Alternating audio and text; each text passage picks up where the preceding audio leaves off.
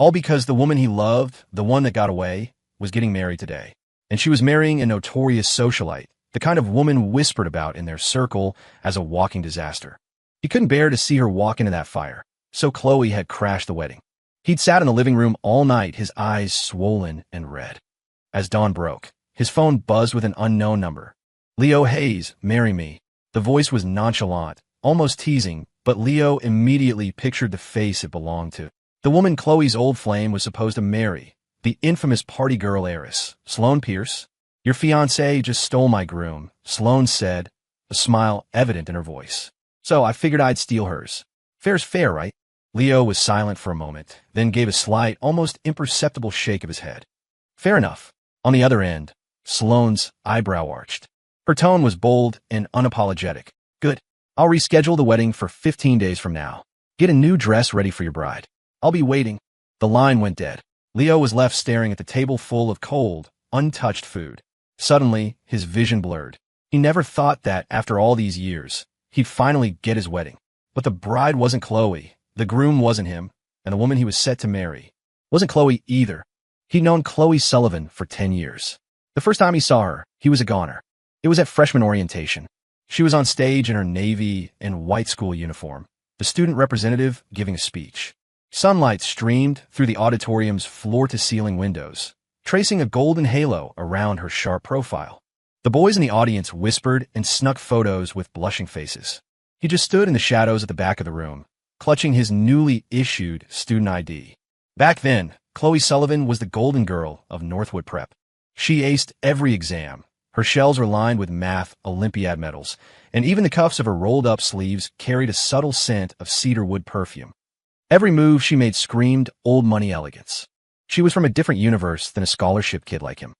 And this girl, the object of every boy's affection, only had eyes for one person, Julian Vance, her childhood friend. Leo had seen her organizing Julian's notes in the library. He'd seen her wait for him by the basketball court for an entire afternoon. He'd seen her scour the entire city for a limited edition CD Julian had mentioned offhandedly.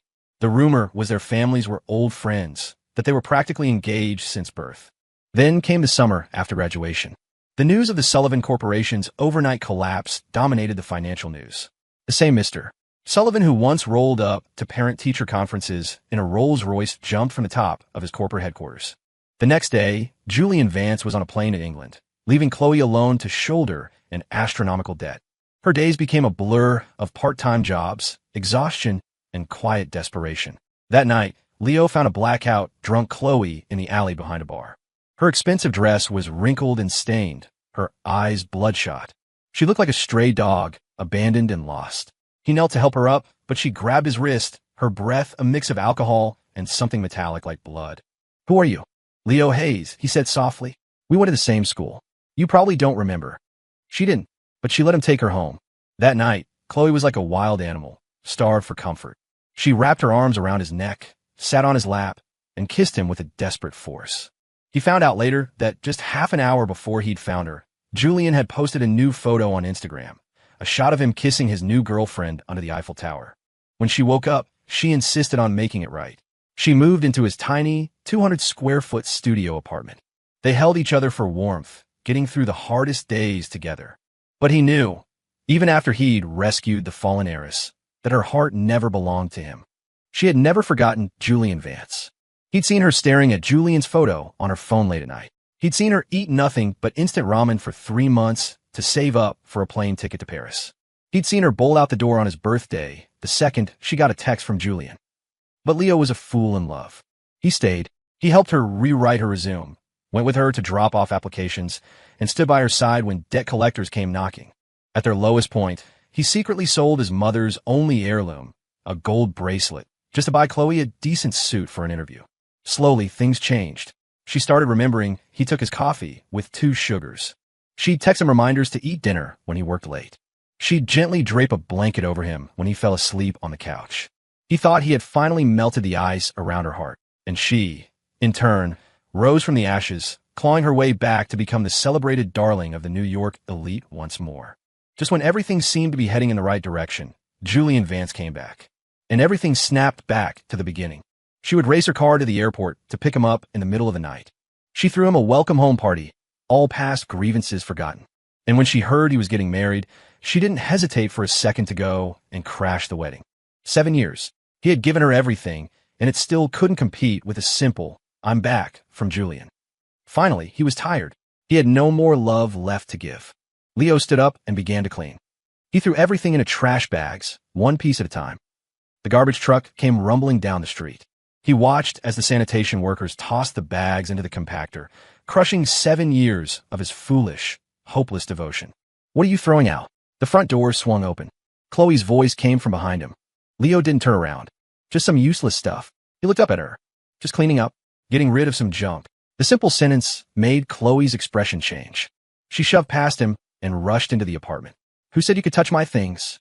She tore through drawers and closets, her face growing paler by the second. After ransacking the entire study and finding nothing, she bolted for the door. As they passed each other, Chloe accidentally shoved him. Leo stumbled, his forehead smacking hard against the doorframe. Blood streamed down his face. Worried she'd lost something truly important, he chased after her without even tending to his wound. And then he saw the most absurd sight of his life.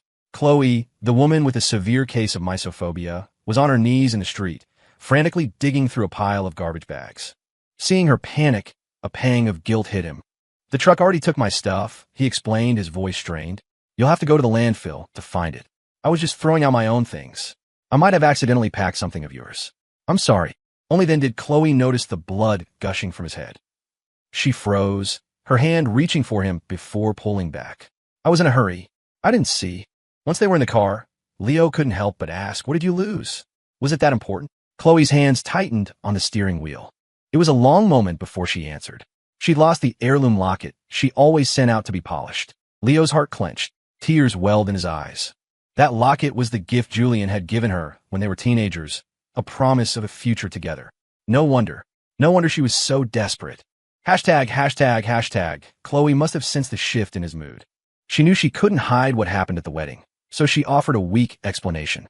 "Before Julian's grandfather passed away, I promised him I'd look after Julian. And you know Sloane Pierce's reputation. If he really married her, the rest of his life would be ruined. That's why I had to stop it. It was all just an excuse to placate him. She'd crashed the wedding because she was still in love with Julian and couldn't bear to watch him marry someone else. And her frantic search for the locket, a symbol of a promise long broken, was because deep down, she still believed she was the one who should be marrying him." The thought sent a wave of sharp, twisting pain through Leo's chest. He turned his head to the window, letting the wind dry the silent tears rolling down his cheeks. "Well, Sloane found a new groom, so she won't be bothering Julian anymore. You can relax." His confident tone made Chloe frown slightly. "Sloane found someone else? Who told you that?" Leo was about to tell her that he was the new groom when his phone rang, the sound jarring in the tense silence of the car. Chloe answered, and Julian's sobbing voice filled the small space. "Chloe, my parents are furious that I ran out on the wedding. They're making me kneel in the study, threatening me with the old family discipline. They're going to kill me. Chloe, what do I do?" "I'm on my way." She hung up instantly and glanced at Leo. "Leo, something's come up. Can you go look for the locket for me first?" Leo's mouth opened, but no sound came out. He just nodded, opened the car door, and stepped out onto the lonely street. After watching her car disappear into the darkness, he hailed a cab to the city landfill. The garbage trucks had already emptied their loads for the night. He stood before a mountain of trash, rolled up his sleeves under the dim floodlights, and began to search. He fought back waves of nausea from the overwhelming stench, digging for 5 solid hours before he finally found the bags he'd thrown out. He emptied every single box, but there was no trace of the locket. Just then, the housekeeper called. "Mr. Hayes, I found the locket. It was under Miss Sullivan's pillow. She must have tucked it there in her sleep." Leo let out a bitter laugh. How much do you have to love someone to fall asleep holding a memento of them, lost in daydreams? And to think they shared a bed every night, and he'd never even noticed? It was deep into the night now, and there were no cabs in this remote part of the city. He had no choice but to walk back. The sky was beginning to lighten in the east, his feet were bleeding, and his legs were swollen by the time he finally reached the apartment. He'd left in such a hurry he forgot his keys, and he was too exhausted to even knock. He leaned against the door and fell into a deep sleep. He didn't know how long he'd been there when someone shook him awake. He blinked groggily and saw Chloe's assistant standing over him, his face etched with worry. "Mr. Hayes, something's happened to Miss Sullivan. You have to come to the hospital with me now." Leo's mind was a fog. Before he could process what was happening, the assistant was pulling him into a car. The cold autumn wind cleared his head, and he finally managed to ask what was going on. The assistant looked uneasy, hesitating before pulling out his phone and showing him a video. Ms. Sullivan went to the Vance estate yesterday. She insisted on taking Mr. Vance's punishment for him. She took 100 lashes before she passed out.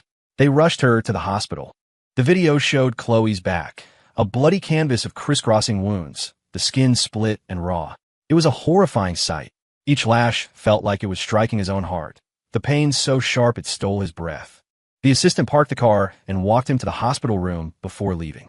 The door was slightly ajar, and Leo could clearly hear Julian's sobbing from inside. Chloe, why are you so foolish? I abandoned you and left the country. You should hate me. Why? Why did you crash my wedding? Why did you have to take those lashes for me? Chloe lay on the bed, her voice weak, but laced with an undeniable, complicated affection. When you first left, I did hate you. But as time went on, all I felt was relief. You were the boy I loved, and I didn't want you struggling with me in some rundown apartment, eating cheap takeout every day, working part-time until you collapsed from low blood sugar. You made the right choice. Her words made Julian's eyes redden. He couldn't help but pull her into a tight embrace. So you've forgiven me, right? You crashed the wedding because you couldn't let me go, right? My parents said that if you took the punishment for me, you had to agree to marry me. You were willing when you said yes, weren't you? Each question was like a sledgehammer blow to Leo's heart, sending tremors through his entire body. Chloe agreed to marry him. When he saw Chloe nod, his already shattered heart broke into a million pieces. The phone slipped from his hand, clattering loudly on the floor. He didn't know how much time had passed before he finally picked it up and turned to leave. He just reached the stairwell when Julian grabbed his arm from behind. Leo Hayes, I know you saw everything. Chloe never forgot me.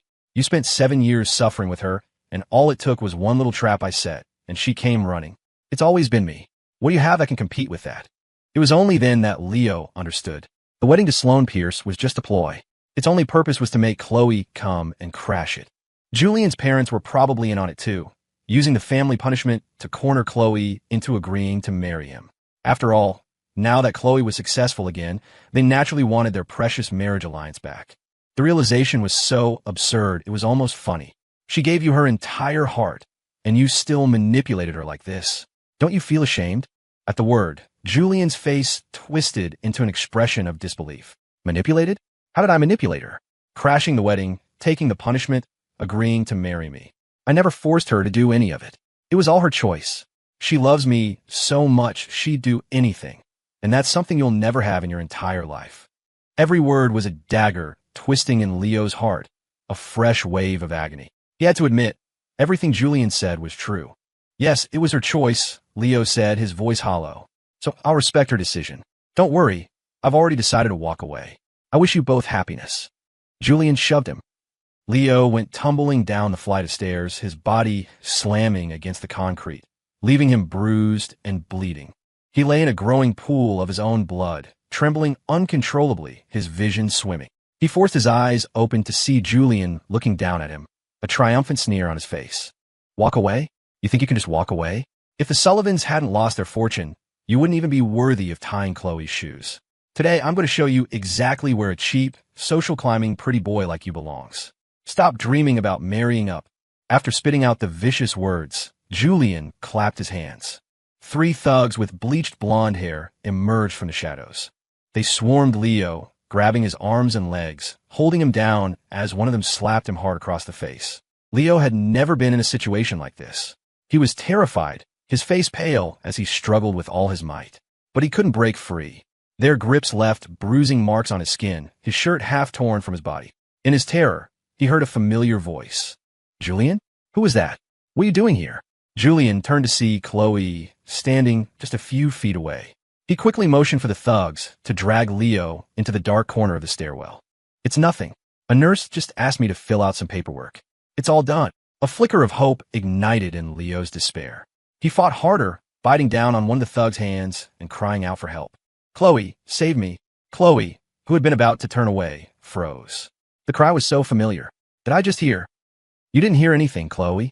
You must be hearing things, Julian said, his own heart skipping a beat. He quickly took her arm, trying to lead her away. But Chloe felt something was wrong. Hearing the continued scuffling from the stairwell, She instinctively wanted to go check. It sounds like something's happening. I'm going to take a look. The moment she took a step, Julian deliberately stumbled and fell to the ground with a loud thud.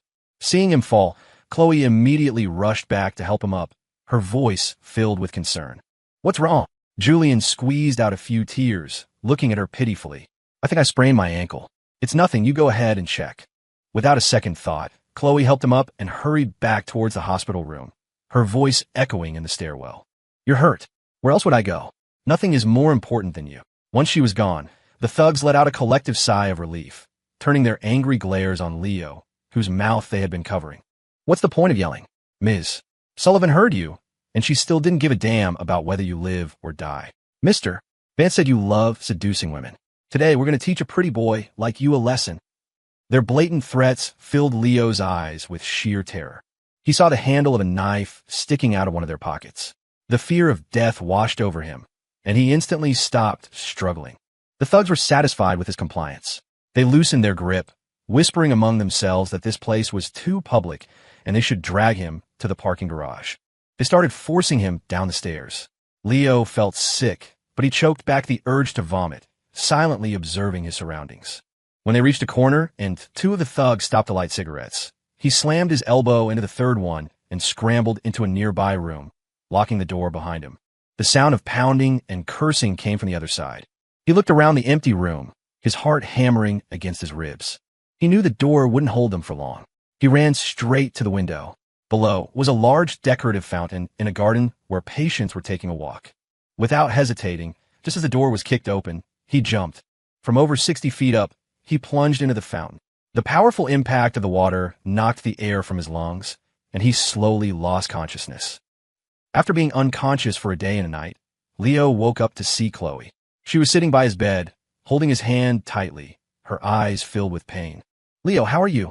Does it still hurt? Leo's eyes scanned the room, his voice hoarse. I'm fine. What about those thugs? They've been taken to the police station. Don't worry, they dare to lay a hand on you. I won't let them get away with it, Chloe said, her voice laced with a fury that seemed genuine. Leo didn't care what happened to them. He asked the only question that mattered. Did they say who hired them? Chloe froze for a second, then shook her head. No, they just said they saw you alone and decided to take advantage. It's all my fault. I shouldn't have been so busy with my own things and neglected you. I'm the reason they targeted you. Leo knew he would get no justice for what Julian did. He could only close his eyes, exhaustion washing over him. What have you been so busy with lately? Chloe was silent for a moment. Busy. With company stuff. Hearing this, Leo dug his nails into his palm. A tidal wave of bitterness crashed over him, and he finally had to ask, busy with company stuff, or busy preparing for your wedding to Julian Vance? Leo, where did you hear that? Leo's smile was so strained his eyes turned red. You crashed his wedding. Everyone is saying it. That you did it because you were going to marry him. Realizing he'd only heard rumors, Chloe's tense heart relaxed. She frowned. It's just gossip, Leo. You're my boyfriend. How could I possibly marry someone else? The company is just so demanding right now. Once things calm down, we can talk about our own wedding. Okay. She was still lying. So, she was planning to hide her wedding to Julian from him? When that day came, Julian would be her husband. And what would he be? Her lover? A profound sense of absurdity washed over him, leaving him speechless. He closed his eyes, swallowing the bitter, acidic emotions, and answered her silently in his head. There's no need to talk about our wedding. I will never marry you. And the day you marry Julian Vance, I'll be marrying someone else too. Seeing him remain silent, Chloe changed the subject. The doctor said you've been under too much stress lately, and that's why you're overthinking things. I've told my assistant to clean my schedule. I'm going to spend the next few days with you. For the next 2 days, she stayed by his side in the hospital room. She took him to his follow-up appointments, changed his dressings, fed him soup, and brought him water. She was the picture of a devoted partner. The nurses who came in for round were green with envy.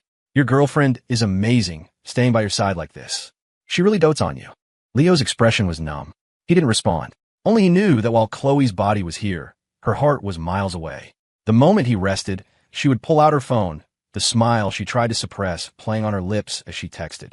Once, when she was out of the room, he glanced at the phone she'd left on the table. He unlocked it and saw her iMessage history with Julian. Julian said he was craving something, and she immediately ordered 2 of everything. One to be delivered to him, and one she'd bring back to the hospital for herself.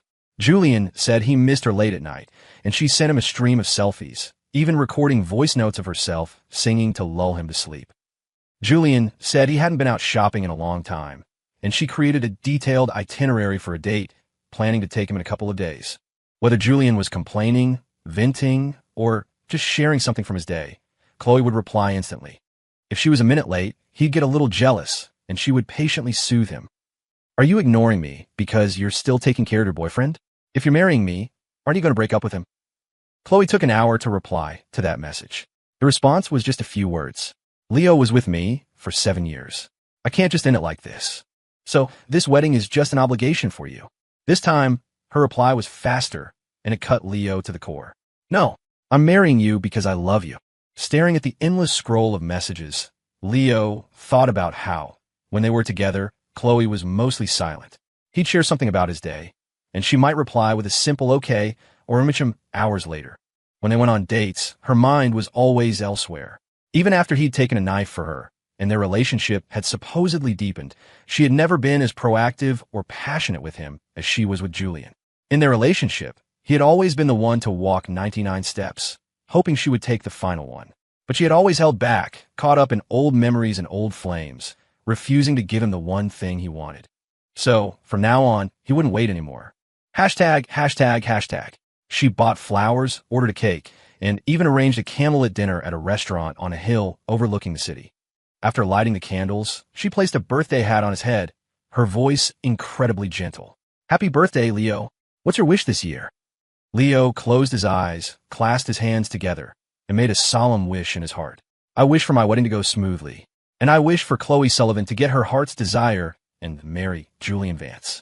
From this day forward, may we have nothing to do with each other. When he opened his eyes, he met Chloe's beautiful gaze. What did you wish for? Tell me. If I say it out loud, it won't come true. Chloe smiled at his answer and ruffled his hair.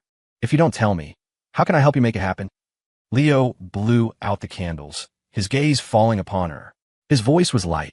You can make any wish come true. Any wish. He smiled back at her confident tone. You don't need to help. My wish is simple. It will definitely come true. With that, he got up and went to the restroom. By a cruel twist of fate, he ran into Julian. Julian glanced at him, his tone dripping with disdain. Chloe brought you to this place? I can't believe she still remembers my favorite restaurant after all these years. Tell me, did she bring you here for a date or to reminisce about me? Seeing the smug look on his face, Leo turned off the faucet, wanting to ignore him, but Julian pressed on. That birthday cake looks familiar. Let me guess, Chloe gets you this one every year, right? It's the only one I ever wanted for my birthday. And the food on your table, the truffle pasta, the seared scallops, the dry-aged ribeye, all my old favorites. Do you like them too? I was looking through our old yearbook the other day.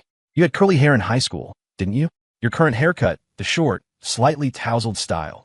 It's exactly how I wore mine back then. And you're so thin. From a distance, you almost look like me. And a few other things. The clothes you're wearing, the watch on your wrist. All brands I loved 6 or 7 years ago. My taste has changed since then. Tell me, for one person to become a shadow of another, is it just a coincidence, or is it intentional? When Chloe molded you into this, was it because it's her type, or because she could never forget me? With every word, the color drained from Leo's face. He looked down at himself. The clothes, the shoes, the watch, all gift from Chloe. And the clean, stylish haircut in the mirror was one she had personally taken him to a top stylist for. The dishes and the cake Julian mentioned were, indeed, frequent staples at their dinner table. Julian was still listing examples. As Leo listened, flashes of the past played in his mind. The gifts she gave him, the places she took him for dates, the way she'd kissed the lobe of his ear. Every single detail was tied to Julian. In an instant, Leo's heart began to tremble. All this time, Chloe had only ever seen him as Julian's replacement. All the love and affection she had shown him was just poison coated in sugar. By the time he snapped out of it, half an hour had passed. He stared at his own numb, hollow face in the mirror, his heart a dead, empty landscape. He splashed cold water on his face and dragged his heavy feet back to the dining room. Chloe and Julian were deep in conversation, laughing and animated, having seemingly forgotten he even existed. It wasn't until he reached the table and downed a large glass of water that she noticed him. Leo, what took you so long? Are you not feeling well? Leo put the glass down, looked at the table of cold food, and said flatly, Yeah, not feeling great. I'm heading home. He grabbed his bag and turned to leave. Chloe froze for a few seconds, then grabbed her coat and chased after him. catching his arm. What happened? Why are you suddenly upset? You haven't even had your cake. Can't you wait a little longer? Leo closed his eyes wearily. He was about to say he was tired when Julian walked up, a smirk on his face. I had a few drinks, so I can't drive. Chloe, can you give me a ride? I'm sure your boyfriend won't mind, right? He'd said it casually, but Chloe agreed without a second thought. Julian slung an arm around Leo, pulling him towards the curb and pretending to be friendly. Chloe was fumbling for her car keys when a sudden scream pierced the air. She whipped around and saw a car barreling straight for the two of them. Her heart stopped. She sprinted, throwing her arms around Julian and tackling him out of the way, rolling them both to safety on the sidewalk. Leo was left standing alone in the car's path. The impact sent him flying. He crashed hard onto the pavement, and a pool of dark red blood quickly formed beneath him. It felt like his organs had been rearranged. His muscles seized and twitched uncontrollably. A tidal wave of pain washed over him, tearing at his nerves. He saw Chloe helping Julian up, blowing on a small scrape on his palm. He coughed up a mouthful of blood, and his vision went black. When he opened his eyes again, the doctor was looking at him with relief. You were seriously injured, but your will to live is strong. That's what pulled you through. Your friend has some minor injuries and is a bit shaken up, but his girlfriend is with him, so don't worry. You should call your girlfriend to come and be with you. It took Leo a moment to realize the doctor was talking about Julian, and the girlfriend was Chloe. Of course, he was critically injured, and Chloe was still with Julian. Anyone would assume they were the couple. A flicker of bitter irony crossed Leo's face. He didn't bother to explain, just rasped out, I don't have a girlfriend. The next second, the hospital room door opened, and Chloe walked in with a thermos. Leo, what are you talking about? Seeing the surprise on her face, Leo looked away, his voice flat. Nothing. Chloe didn't press. She walked to his side, tucked him in, and poured him a glass of warm water. Please don't be mad at me. By the time I saw the car coming, it was too late. Julian was closest to me, so I had to save him first. If I'd had just one more second, I would never have let anything happen to you. Leo knew she was telling the truth. But for him, at this moment, the truth didn't matter anymore. The damage was done. The pain might fade with time, but the scar would remain forever. He lowered his eyes and murmured, it was too late, and there's no going back. Chloe didn't hear him clearly. She just handed him the water and said, Leo, the doctor says you're badly hurt and need to rest. I've contacted doctors in Europe. I'm arranging for you to go there to recover. Leo looked up, his gaze calm as he met hers. Europe? When are you planning to send me? I've booked a flight for 6 m. 3 days from now. 3 days from now. Wasn't that the day she was marrying Julian? So she was planning to send him away. Leo was about to speak when Chloe's phone rang. Seeing Julian's name on the screen, she said a few quick words and rushed out of the room. It's settled then. Everything's arranged in Europe. Someone will be there to take care of you. As soon as I finish up my work here, I'll come and get you. Watching her retreating back, Leo swallowed the words that were on the tip of his tongue. Don't bother. On that day, I'm getting married too. What was the point of saying anything? It was all about to end. During his 2 days of recovery in the hospital, Chloe would visit from time to time, but she never stayed for more than 10 minutes. Leo didn't ask where she was going. He didn't have to. Julian was constantly sending him taunting messages, keeping him fully informed of their whereabouts. They were picking out wedding dresses and party favors, choosing wedding rings, finalizing decorations, preparing invitations. Looking at the photos and videos, seeing the pure joy in Chloe's eyes, Leo felt nothing. He checked himself out of the hospital and went to a department store to buy a simple, well-tailored suit. He was carrying the bag home when he heard loud voices coming from inside his apartment as he reached the door. Chloe, crashing the wedding was one thing, but are you really going to marry Julian Vance? Have you forgotten how he publicly broke off your engagement and humiliated you 7 years ago? Now you're throwing a big wedding and inviting so many people. Leo is bound to find out. What will you do then? Chloe took a sip of her drink, her expression calm.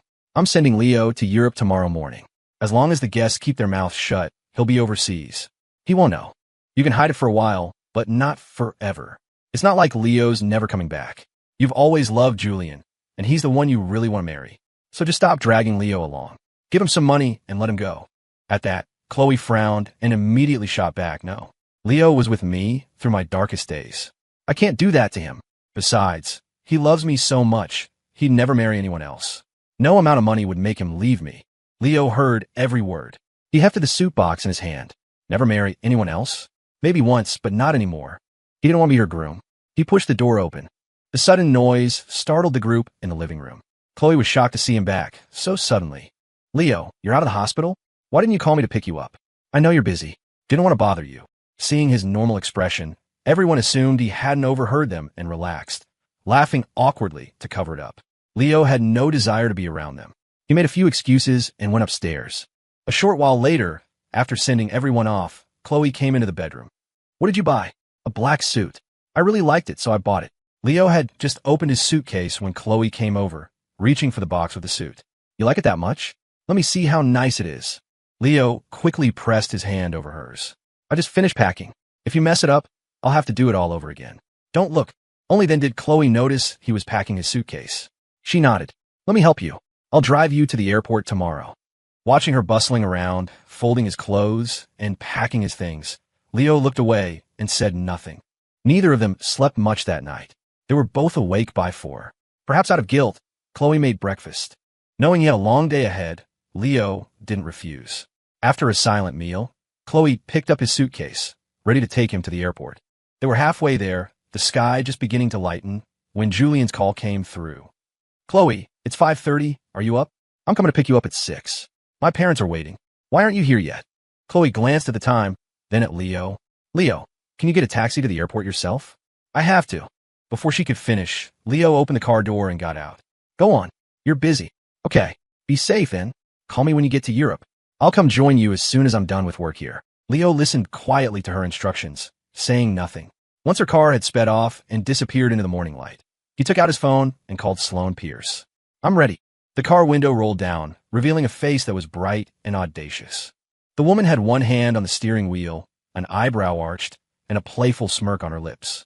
The top 2 buttons of her white silk blouse were undone, revealing a sharp collarbone and an air of wild, untamable energy. Get in, groom. Leo froze for a second. This was the first time he'd seen Sloane Pierce in person.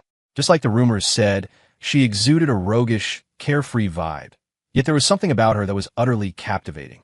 Do we need to make such a scene? He asked, glancing at the long line of luxury cars behind her, a slight frown on his face. Sloane let out a low laugh. She pushed the door open, her long legs swinging out as she stood before him. When she looked up at him, her eyes held a teasing glint. It's a wedding heist. If the scene isn't big enough, it wouldn't be worthy of my name, would it? She held out her hand, palm up. Her fingers were long and slender. Last chance. Are you sure you're coming with me? Leo looked at the outstretched hand, his own fingers curling slightly before he placed them in hers. I'm sure. His voice was soft but firm. The smile in Sloane's eyes deepened. She suddenly gripped his wrist. Since you've decided, let's not waste time. Her laugh was unrestrained as she pulled him towards the lead car. When I get married, I do it in broad daylight. He was ushered into the passenger seat. Sloane leaned against the door, reaching across to buckle his seatbelt. The faint scent of orange blossoms from her perfume washed over him. She was so close that her breath practically brushed against his ear. Leo's ear tips burned, and he instinctively turned his head away. Nervous? She murmured, her voice husky and alluring. Don't worry. I don't bite. She closed his door, walked around to the driver's side, and slammed her foot on the gas. The sports car roared to life and shot forward. Behind them, dozens of luxury cars followed in a spectacular procession, drawing stares from everyone on the street. At the same time, in another motorcade, Chloe Sullivan stared out the window at the rapidly receding scenery, a strange emptiness blooming in her chest. Julian held her hand, his voice filled with joy. Chloe, I'm finally marrying you. This has always been my dream. He looked down at her, his eyes full of anticipation. What about you? Marrying me is your dream too, right? Chloe lowered her gaze to meet his expectant one, her expression flickering. Of course. But as the words left her lips, an image of Leo's face flashed uncontrollably in her mind. Leo, in his most desperate moments, kneeling in the alley behind a bar, cautiously asking, Are you okay? Leo, selling his mother's only heirloom bracelet just to buy her a decent suit, and then smiling as he said, I never really liked it anyway. Leo, burning with a high fever, still trying to make her hangover soup, only to collapse in the kitchen. The memories flickered past like a movie reel, and her heart felt like it was being squeezed by an invisible hand, a dull, suffocating ache. Julian noticed her distraction, and his eyes reddened slightly. It's our wedding day, and you're thinking about someone else. You've fallen for him, haven't you? Chloe snapped back to reality, pushing down the strange feeling in her heart and pinching his cheek.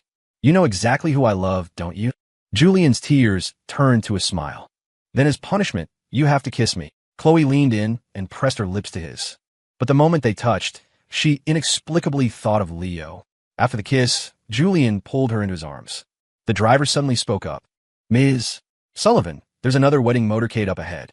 According to tradition, the brides should exchange bouquets for good luck. Chloe, distracted, just hummed an agreement and lowered the window. And then, she found herself looking directly at Sloane Pierce, who was in the opposite motorcade, dressed in a sharp suit and holding a bridal bouquet. Their eyes met. Hashtag, Chloe's smile, which had been directed at Julian, vanished. The moment she saw who was in the car opposite them, the color drained from her face. She stared, her eyes wide with shock and disbelief, at Leo, who sat in the passenger seat of the other lead car. She never imagined that Leo, who was supposed to be at the airport, would be here, dressed in a suit, sitting in another wedding car, watching her exchange bouquets. Leo. Chloe whispered his name, her voice trembling. She didn't see the twisted, savage look that flashed across Julian's face at the sound of that name. Leo merely gave her a cool, indifferent glance before turning his attention to Sloane, watching as she gracefully swapped her bouquet with Chloe's. His movements were fluid and natural, as if the woman before him wasn't the person he had once loved to the point of madness, but a mere stranger he'd passed on the street. Stop the car. Chloe slammed her hand against the door, her voice raw and furious.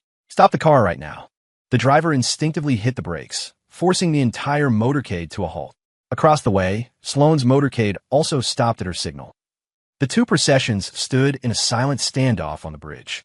Sloane leaned back languidly in her seat, her gaze shifting to Chloe, her tone laced with amusement. Well, if it isn't Ms. Sullivan, in such a hurry to get to your second wedding. Chloe ignored her completely, her eyes locked on Leo. He looked incredibly handsome today, in a way she had never seen before. He wasn't wearing the flashy, Julian-esque suit she had imagined. Instead, he wore a simple, elegant white suit that made him look as fresh and clean as a morning after spring rain. Chloe had always tried to dress Leo up as a stand-in for Julian, but she had never realized how much more captivating he was when he was just being himself. Julian was fuming.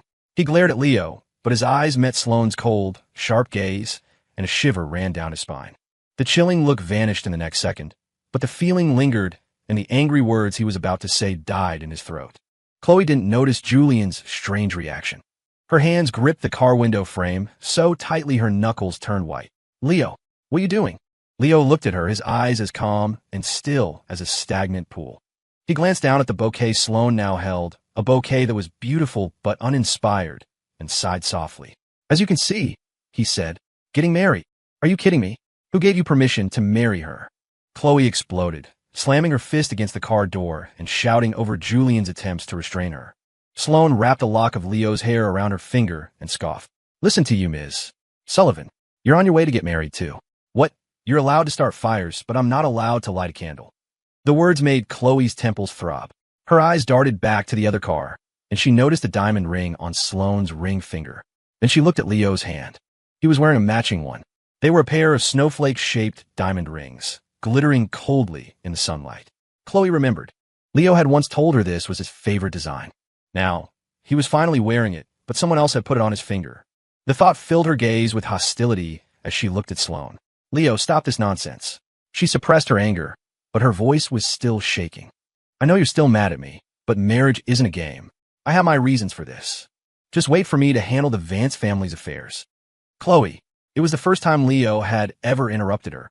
His voice was soft, but it felt like a sharp knife stabbing straight into her heart. Do you remember the birthday wish I made? Chloe froze. My wish was for my own wedding to go off without a hitch. Leo slowly looked up, a pale smile on his face. And I wish you a happy marriage, too. In an instant, she remembered Leo's strange behavior on his birthday, his quiet statement that his wish would definitely come true, and his silence as he packed his bags. It all made sense now. The signs had been there all along. He had decided to leave her then. No. Chloe tried to shove the car door open, but Julian grabbed her hand. Chloe, it's our wedding day. What are you doing? His words stopped her. She looked back at Julian, who was holding her tightly, his eyes red and pleading. It was like a bucket of ice water had been dumped on her head, halting her absurd impulse. I'm sorry, Julian. I just wanted to ask him why. Because you were going to ship me off to Europe this morning, Leo said calmly. Because you're on your way to marry Julian Vance right now. Because for 7 years, you never truly loved me. Sloane smoothly rolled up the window, and the car began to move. Her motorcade slowly pulled away from the bridge. A moment later, Chloe's motorcade also started moving. As the two lines of cars drove in opposite directions, Chloe fought the urge to look back. Chloe.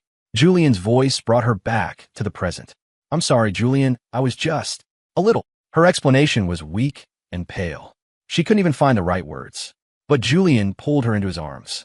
Chloe, you don't have to say anything. I understand. Leo was with you through some very hard times. He suffered with you, helped you get back on your feet. It's natural for you to feel something for him. But he's found his own happiness now. We should be happy for him. Julian seemed to have completely forgotten that the entire reason for their own wedding was because he was supposed to marry Sloane, the unconventional heiress Chloe deemed a disaster, a fiery pit she had to save him from. Chloe held him tighter, wanted to say something, but the wedding venue was getting closer. It was too late. It's fine, she thought. After the wedding, I'll find Leo and explain everything. He'll forgive me then.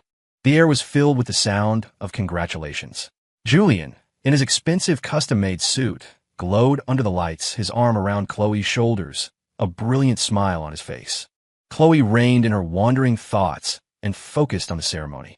As she slowly slid the ring onto Julian's finger, she found herself thinking, unbidden, of the snowflake ring on Leo's hand.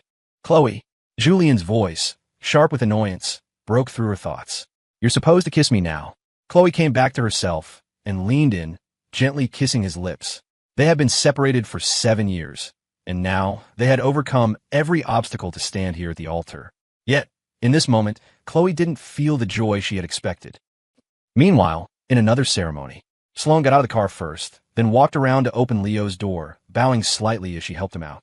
They stood together on the stage, the priest's solemn words washing over them, flanked by guests whose gazes were a mixture of curiosity and envy. When Sloane took his hand to place the ring on his finger, her touch was just right, not too cold, not too hot. When she followed the priest's instruction to kiss him, her lips brushed as briefly, like a carefully choreographed performance. Gentle, restrained, but convincing enough to make everyone believe she truly loved him. The moment the kiss ended, thunderous applause erupted. Sloane linked her arm with his, smiling and acknowledging the crowd's good wishes.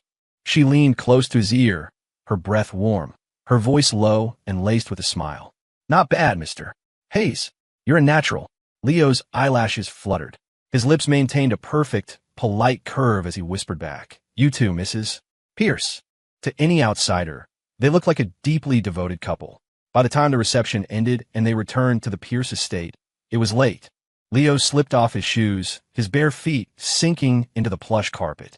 Sloane followed behind him, having already changed out of her elaborate wedding gown. She radiated a lazy, roguish charm. Tired? She asked, casually pouring him a glass of water, her tone as nonchalant as if she were asking about the weather. Leo took the glass, their fingers brushing for a fraction of a second before pulling apart. He looked up at her and asked directly, now that we're alone, can you tell me the real terms of this marriage, Ms. Pierce? Sloane's eyebrow arched, and she suddenly smiled. She walked to the floor-to-ceiling window, her back to him, her voice tinged with amusement. Mr. Hayes, you really are as smart as they say. She turned around, her gaze sharp and direct. Our marriage is, in essence, a partnership. A partnership? That's right. She took a few steps closer, looking down at him with a half-smile playing on her lips. I need a husband to deal with my family and the media. You need a wife to escape Chloe Sullivan's shadow. We both get what we need. No strings attached. Leo was silent for a moment, then let out a soft laugh. Sounds fair. This Sloane Pierce was clearly not the aimless party girl the tabloids made her out to be. The precision and sharpness she displayed now told a very different story.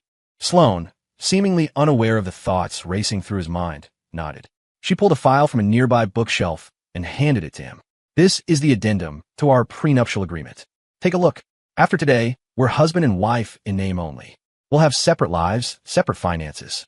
Of course, in public, we'll need to play the part of a loving couple. Leo took the file, scanned it quickly, and then looked up. And if one day, one of us wants to end this? Sloane's eyes flickered, her tone light.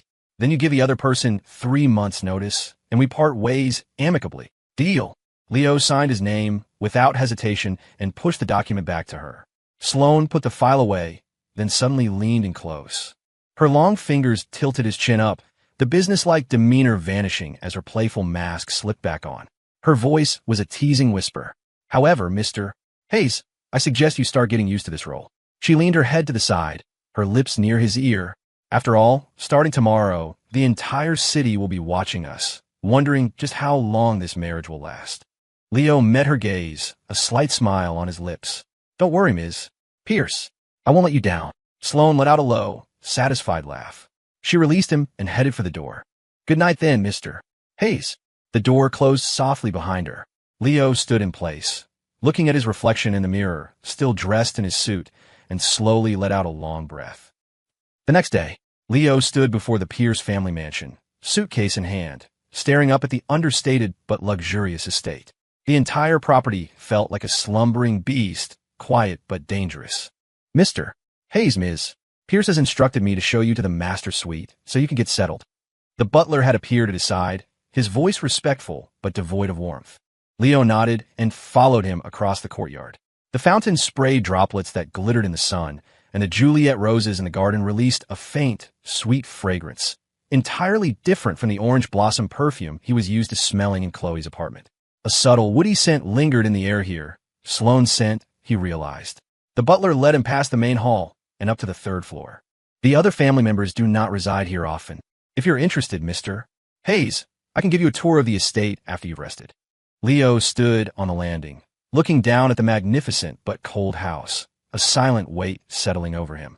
His fingers unconsciously traced the handle of a suitcase. The estate was enormous, and the portraits lining the hallways seemed to be watching him, their painted eyes scrutinizing the outsider. Ms. Pierce mentioned that you will only be staying here temporarily.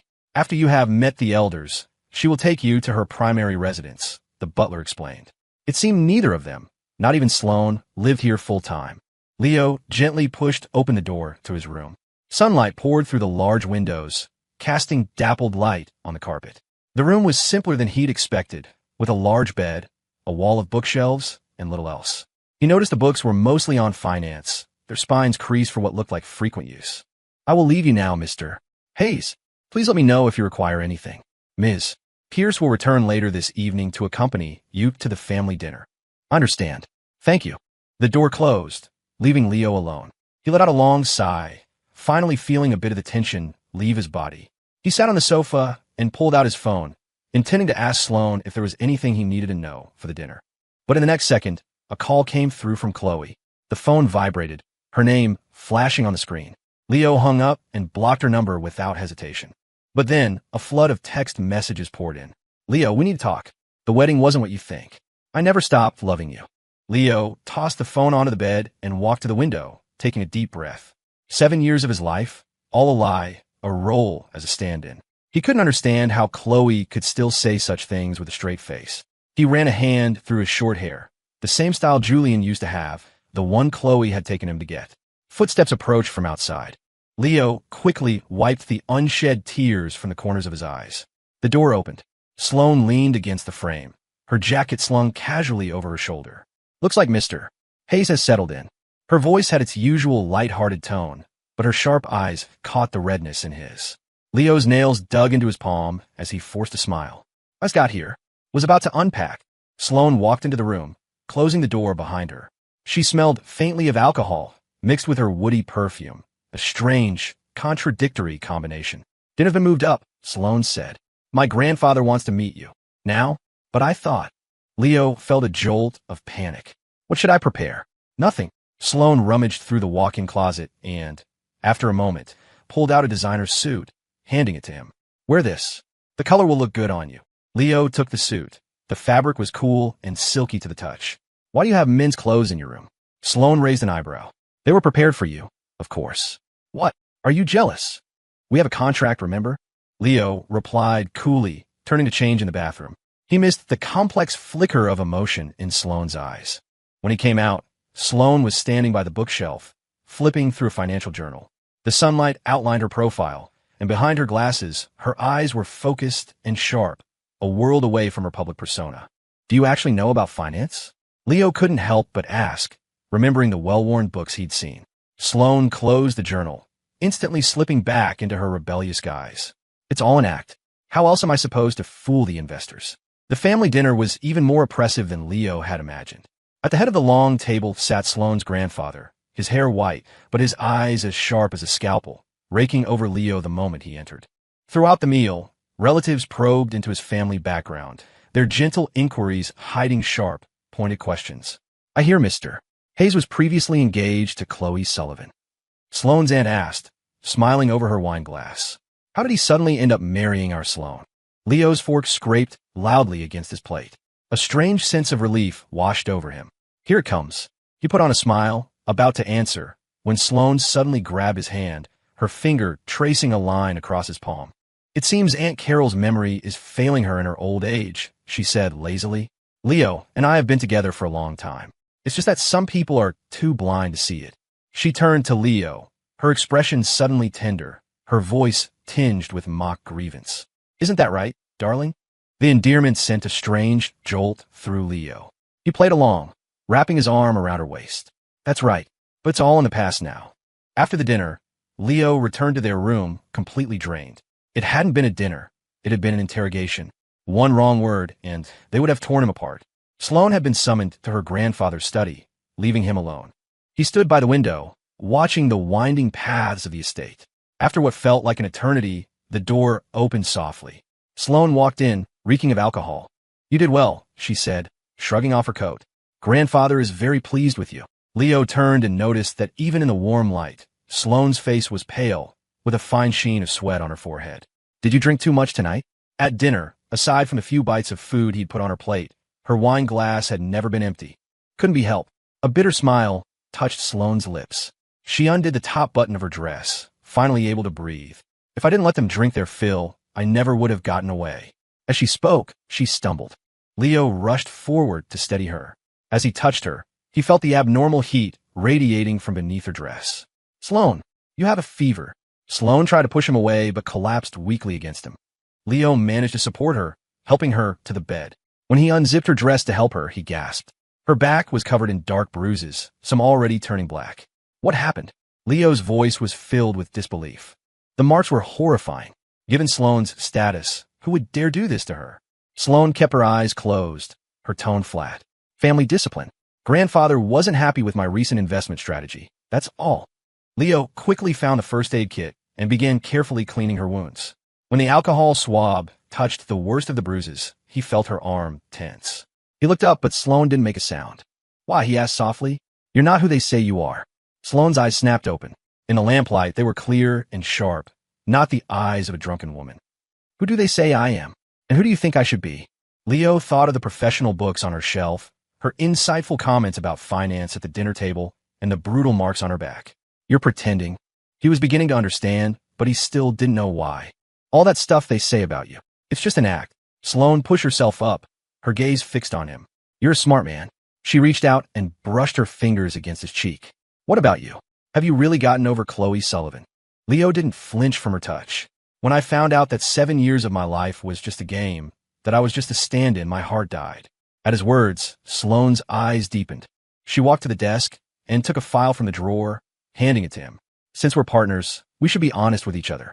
Leo opened the file. When he saw what was inside, his breath caught in his throat. It was the ownership structure of an investment firm under the Pierce Group umbrella. Sloane Pierce held 75% of the shares. And not just this one. Sloane leaned against the desk. I have controlling stakes in 3 tech companies and shares in 2 biopharmaceutical firms. Grandfather wants me to take over the family's traditional businesses, but I'm investing in the future. So you pretend to be an ignorant heiress. It's a smokescreen. This persona lowers everyone's expectations, Sloane continued, including my grandfather's. That way, when I finally make my move, there's less resistance. She walked back to Leo, leaning in so they were eye to eye. Now you know my secret, Mr. Hayes. Leo looked in her deep, dark eyes, and his heart skipped a beat. And why are you willing to tell me all this? Because Sloane's gaze swept over his face without reservation. Because I've realized we're the same kind of people, both using different methods to escape the expectations and control of others. The night deepened. Moonlight streamed through the window, bathing them both in its soft glow. Leo suddenly realized this marriage of convenience might be far more complicated than he'd ever imagined. Hashtag. The spot had once been neatly arranged with Leo's daily essentials. He would sit there, scrolling through his phone while fixing his hair, and Chloe would often lean against the headboard, watching him quietly. In the turbulent story of her life, those had been rare moments of peace. Now the space was empty. Her phone screen went dark again. The 17th call, still unanswered. Chloe stared at the name Leo on her screen until the letters blurred. Her chat history was a one-sided monologue. Messages sent into a void with no reply. The last one she'd sent read, "Leo, stop this. Come home. Ma'am, your coffee." The butler carefully placed the cup on the nightstand. Chloe turned and saw it was in the exact spot where Leo used to leave a glass of warm water for her every night. She just stood there, not touching the coffee. She had only asked for it out of habit, a reflex upon returning home. Every time she came home, Leo would bring her a cup of coffee. The room was silent. Suddenly, her eyes were drawn to the slightly ajar nightstand drawer. She saw a familiar-looking box. Her heart leaped. She pulled the drawer open. Inside was a black velvet jewelry box containing a blue sapphire bracelet they had bought at an auction last year. Leo had adored it. Now it lay there covered in a thin layer of dust, forgotten. Did he leave anything else? Chloe heard her own voice, dry and hoarse, like a desperate traveler in a desert. The butler hesitated. "Mr. Hayes threw most of his things away. He only took some clothes and a few books. The collectibles and video games you gave him are all in the safe in the study." Chloe stumbled to her feet and rushed to open the safe. The combination was still Leo's birthday. The jeweled cufflinks, the watch, the bracelets she'd given him, and the diamond ring she had planned to give him at their wedding. They were all still there. Thump! Chloe's fist slammed against the metal door of the safe, her knuckles immediately splitting, beating with blood. She felt no pain, only a gaping wound in her chest that was bleeding profusely. She thought back to Leo's birthday a month ago, the way his eyelashes had trembled as he made a wish, and his words, "If I say it out loud, it won't come true." So he had already decided to leave her back then. "Chloe." Julian's cheerful voice came from the doorway. "Why aren't you answering your phone? Mom and Dad want us over for dinner tonight." Chloe turned mechanically. Julian was wearing a white shirt, a style so familiar it made her stomach churn. "Leo." The name slipped out. Julian froze, the smile wiped from his face. "What did you say?" "Nothing." Chloe rubbed her temples. "I'm not going tonight. I have work." "Work again." Julian's voice turned sharp.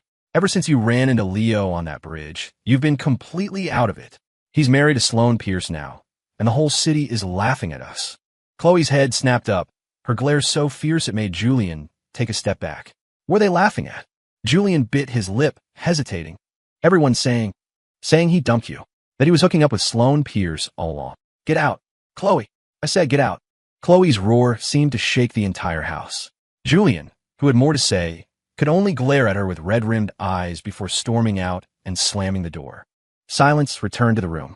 Chloe slid to the floor, her phone lighting up with a call from her assistant. "Did you find him?" "Ms.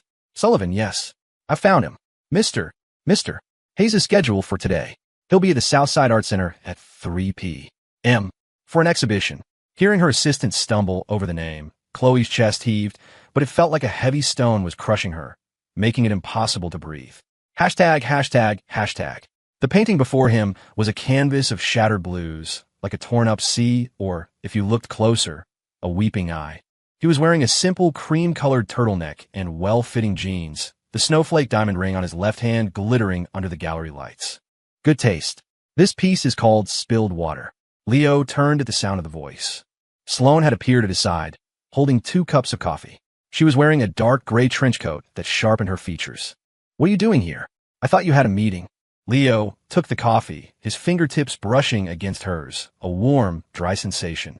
Sloane shrugged. "It ended early. My assistant told me you were here. Figured you might need this." She pulled a black credit card from her pocket. "After the exhibition, there's a small private auction. If you like it, buy it." Leo shook his head. "That's too much." Sloane tilted her head, studying him for a moment before pushing the card forward again. "Think of it as a wedding gift, husband." She leaned close to his ear, her warm breath ghosting over his skin. "Don't forget, we're a devoted couple now." Her voice was teasing, but Leo noticed she wasn't wearing perfume today, just a clean, fresh scent of mouthwash. This unintentional realness was more captivating than any deliberate performance. "Mr. Hayes, enjoying the art?" A deep male voice cut through their moment. Julian strode toward them, his bright red t-shirt a bleeding wound in the quiet gallery. Leo's body tensed at the sound of his voice. Sloane subtly stepped in front of him. Mr. Vance, what a coincidence. It's no coincidence. I came here specifically for him. Julian pointed a finger straight at Leo. What? You can't face people alone now that you've latched onto someone rich. His voice was jarringly loud, drawing glances from other patrons. Leo took a deep breath and stepped out from behind Sloane. What can I do for you? Julian looked him up and down with open contempt, then sneered. Stop pretending to be so pure. Everyone knows you were just a plaything Chloe got tired of. I bet Ms. Pierce doesn't know that he was with Chloe for 7 years. He even knows her favorite position in. Smack. The crisp sound of a slap echoed through the gallery. Leo's hand was still in the air, trembling slightly from force. Julian clutched his face, his eyes wide with disbelief. You hit me? Why shouldn't I? This is to teach you some manners, Leo said, his voice soft but every word cutting. Chloe and I are over. Please stay out of my life. A venomous glint appeared in Julian's eyes. He suddenly raised his coffee cup to throw it at Leo. Sloane reacted instantly, pulling Leo out of the way. The entire cup of hot coffee splashed onto her. Security. Sloane's voice was sharp. 2 guards immediately ran over. She stood beside Leo, careful not to get the stains on him, but her protective stance made their closeness obvious to everyone. Her voice wasn't loud, but it was clear enough for everyone nearby to hear. Please escort this gentleman out and notify all Pierce-owned establishments that Julian Vance is permanently banned. Julian's face went white. You wouldn't dare. Why wouldn't I? Sloane took off her coffee-splattered glasses, her tone nonchalant. You must not be keeping up with your own company's news, Mr. Vance. As of this morning, a media subsidiary of the Pierce Group successfully acquired a 30% stake in your father's company. She slowly wiped her glasses. Oh, and by the way, she lowered her voice, ensuring only Julian could hear, those photos from your trip to the Maldives last year were quite something. And the woman with you. She looked very familiar. I believe her last name was Lee. The blood drained from Julian's face. You? How could you? If Sloane knew about that, what else did she know? Julian didn't dare to think. The next second, the guards had him by the arms. Show him out, Sloane said, putting her glasses back on, her smile as sweet as ever. The guards immediately began dragging Julian away. Panic overwhelmed him. He struggled, screaming, Leo Hayes. You think she'll be any different? She's just using you too. The doors closed, cutting off his voice. Leo finally came back to his senses, flexing his fingers and realizing he had been gripping Sloane's hand the whole time. He quickly let go. Sorry, but Sloane took his trembling hand in hers. It's fine. She looked at the painting, spilled water. Do you like it? Leo nodded, then quickly shook his head. It's too sad, but it's real. Sloane raised a hand, signaling a staff member. After the auction, have this sent over. They had no desire to continue browsing. On the way back, Leo was silent. Sloane didn't mind, just turned up the heat in the car. It wasn't until they stopped in front of the mansion that Leo finally spoke. Those photos, do you really have them? What he really wanted to ask was if the things she'd said about Julian were true. Sloane turned to look at him, her expression complicated. Does it matter? The car was silent, save for the quiet ticking of Sloane's watch. No, Leo said, meeting her gaze. I just wanted to thank you. I think you need to understand something. Even if our marriage is a sham, the title isn't. It's not just for show. Sloane's voice was serious. From the moment you put on this ring, no one gets to bully you. Leo caught the faint scent of coffee on her and looked up, meeting Sloane's deep eyes. The usual playful glint was gone. In the dim light of the car, there was only a darkness he couldn't read. His palms were damp. He instinctively leaned back, but his back was already against the door. There was nowhere to go. Sloane's eyes darkened for a moment before she looked away, her smile returning. There's a charity gala tonight. I've had clothes sent over. I'll pick you up at 7. Leo nodded, watching as she got out and walked around to open his door. As he passed her, Sloane whispered, the photos are real. And not just Mrs. Lee. There's a Mr. Wong, a Ms. Show. Leo's head snapped up. Sloane's expression was so calm, it was almost cold. If you need them, these files will be on the desks of every major editor in the city by tomorrow morning. Hashtag, hashtag, hashtag. Where were you? Chloe didn't turn around, her voice dangerously low. Julian stopped in his tracks, then lifted his chin, his tone defiant. Just out for a walk. A walk. Chloe's hand paused, and she finally turned to face him, her eyes sharp. A walk to the Southside Art Center to cause trouble for Leo. Julian's expression faltered, but he quickly met her gaze with a cold sneer. You already know, don't you? What? He's married now, and you're still hung up on him. Chloe stubbed out her cigarette, sparks flying. She advanced on him, her voice tight with suppressed rage. Julian, do you think just because I married you, you can do whatever you want? What did I do? Julian shot back, even angrier. He's the one who slapped me, and Sloane Pierce threatened me for him. Hey, enough. Chloe cut him off. When you went after him, were you trying to humiliate him, or were you trying to remind me, over and over again, what I lost? Her glare silenced Julian. Chloe closed her eyes, her voice raw. I knew you orchestrated the wedding crashing, but I chose to let it go. But you keep provoking him. Julian's eyes welled with tears. Because he's not good enough for you. He just took advantage of you when you were at your lowest. Now that you're back on top, and he couldn't compete with me, he ran off to the Pierce family. That kind of man, shut up. Chloe's hand flew up. Julian flinched, but instead of hitting him, she grabbed a nearby ashtray and hurled it against the cabinet. The sound of shattering crystal filled the room. She stared at Julian, her words clipped and cold. Julian, don't make me regret marrying you. Julian's face was ashen, his nails digging into his palms. Chloe strode out of the room, leaving him alone with the mess. Leo Hayes, I will never let you get away with this. Late that night, Chloe sat alone in a bar, downing drink after drink. The alcohol burned her throat, but couldn't extinguish the pain raging in her chest. She took out her phone and, once again, pulled up Leo's social media profile. He hadn't posted in a long time. The last update was a photo from before their wedding. A city skyline bathed in golden sunset, quiet and serene, with a simple two-word caption, goodbye.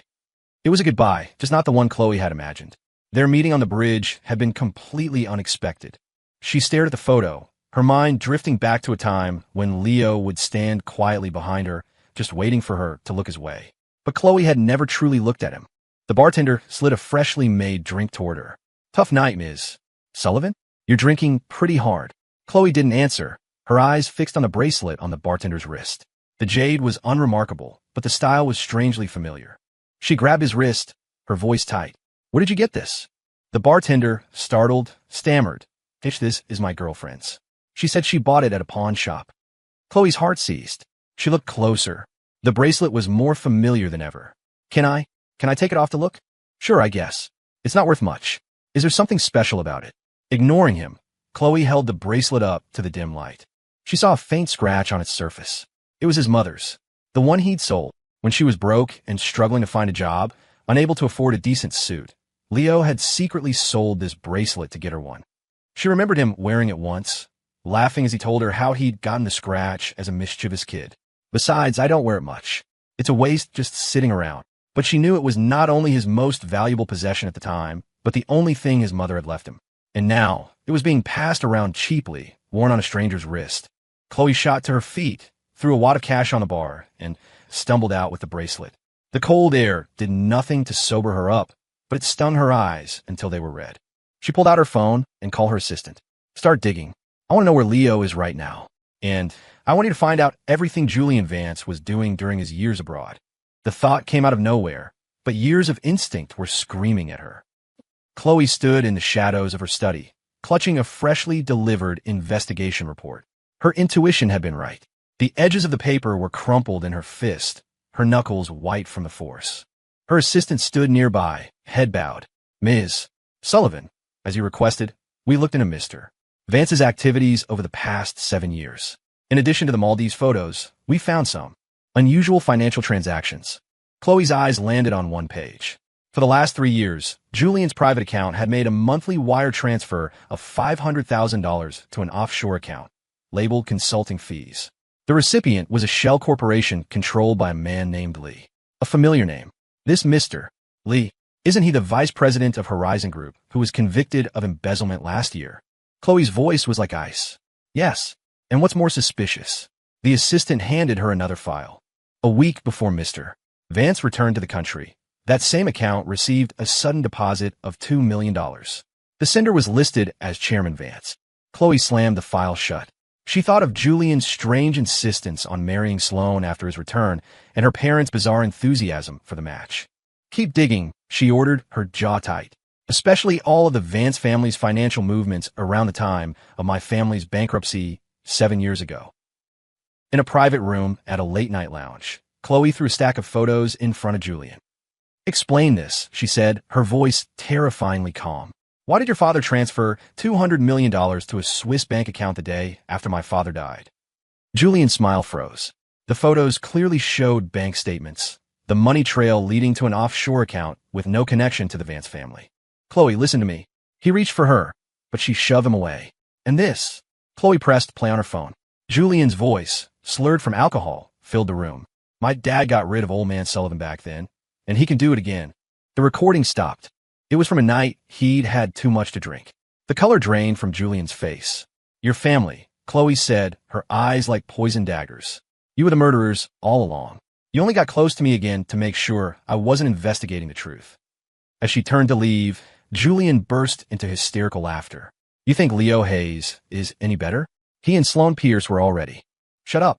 Chloe lunged, her hand closing around his throat before she forced herself to let go. Don't you ever say his name again. Hashtag, hashtag, hashtag. Leo had just stepped out of a meeting. Sloane had dragged him in first thing in the morning, and after listening to hours of financial reports, his head was still spinning. His assistant hurried over as he emerged. Sir, Miss Sullivan is downstairs. She says she needs to see you. Leo paused. Then his expression remained neutral. Tell her I'm busy. The assistant didn't leave. She looked hesitant, but she said, it's very important. She said she won't leave until she sees you. Leo was silent for a moment before finally heading toward the elevator. In the first-floor lobby, Chloe stood by the floor-to-ceiling windows, her back rigid and lonely. At the sound of footsteps, she spun around, her eyes locking onto him. Leo. Leo stopped, keeping a safe distance. What is it? Chloe's eyes darted around for a moment before she spoke, her voice hoarse. I found a bracelet. Leo's gaze flickered, but quickly returned to a calm neutrality. And? You came all this way just for that. It was your mother's, Chloe said, her voice beginning to tremble. You sold it without a second thought, just to buy me a decent suit. Leo watched her quietly, not denying it. Chloe's eyes were red. She took a step forward, wanting to hug him. I'm sorry. Ms. Sullivan. A cold voice cut her off. Sloane strode out of the elevator, her suit immaculate, her eyes sharp. She walked directly to Leo's side and linked her arm with his, her posture both intimate and possessive. You seem to be confused, Miss Sullivan. This is not the place for a trip down memory lane. Sloane smiled, but the smile didn't reach her eyes. If you have urgent business, you can make an appointment. Chloe stared at their entwined hands, her own fists clenched so tight her knuckles turned white. My business with him is none of your concern, Sloane. Sloane raised an eyebrow, her tone light and dismissive. Oh, but he's my husband now. His business is my business. Rage flared in Chloe's eyes. She hissed, Sloane, don't push it. Sloane laughed coldly, refusing to back down. Push it? Who's the one pushing it? Did you forget who was the one who left him stranded on the side of the road to run off to another man? Chloe's breath caught in her throat. She couldn't answer. She turned to Leo, her voice now small, almost pleading. Leo, can we please talk? Please. Leo had been a silent observer until now. When she looked at him again, he finally spoke. His voice was quiet, but it was a knife that twisted deep in her heart. Chloe, your regret has nothing to do with me. Chloe froze, watching as he turned and walked away, side by side with Sloane. This time, he didn't look back. Chloe left the Pierce Group building in a daze. Her phone rang. It was Julian. She stood on the sidewalk for a long time, letting the call go to voicemail. This seemed to infuriate the person on the other end. A storm of notifications followed. Messages ranging from questions and accusations to pleas and curses. Chloe finally turned her phone off completely and threw it onto the back seat. She stared up at the towering skyscraper, as if she could see past the glass and steel, all the way to Leo. The next day, when Leo walked into the building, he felt the strange looks from all around him. The receptionist's smile was strained. When he stepped into the elevator, the other employees fell silent, their gazes shifting uncomfortably. He frowned slightly. When he pushed open his office door, his assistant shot up from her desk. Mr. Hayes, have you seen the business headlines today? What is it? She handed him a tablet. A bold, oversized headline screamed from the screen. The Social Climber's Playbook, 7 years ASA stand-in, a calculated marriage into wealth, and a con man's rise to power. The article was accompanied by old photos of him with Chloe and pictures from his wedding to Sloane. The text was sensational, claiming Leo was nothing more than Julian Vance's replacement, who had seized his chance when Chloe was at her lowest. When he realized he couldn't secure his position after a comeback, he had quickly moved on to seduce the Pierce heiress with masterful manipulation. Most damningly, The article ended by implying his marriage to Sloane was built on hidden motives, even hinting at conflicts of interest and corporate espionage within the Pierce group. It all but called him a corporate spy who had married Sloane for ulterior motives. A cold dread settled in Leo's stomach, but his expression remained unchanged. He put the tablet down, his voice calm. "How's the stock?"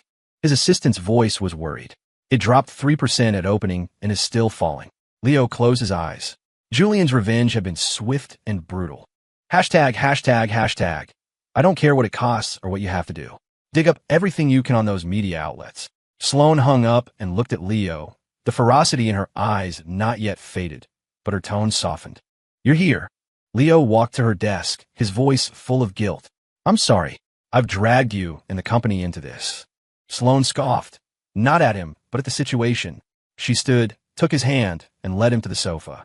"This kind of cheap shot is hardly a drag on the company." Her finger traced across the tablet, displaying the article, the cold light illuminating the icy resolve in her eyes. "He's good at hitting where it hurts. A shame, really.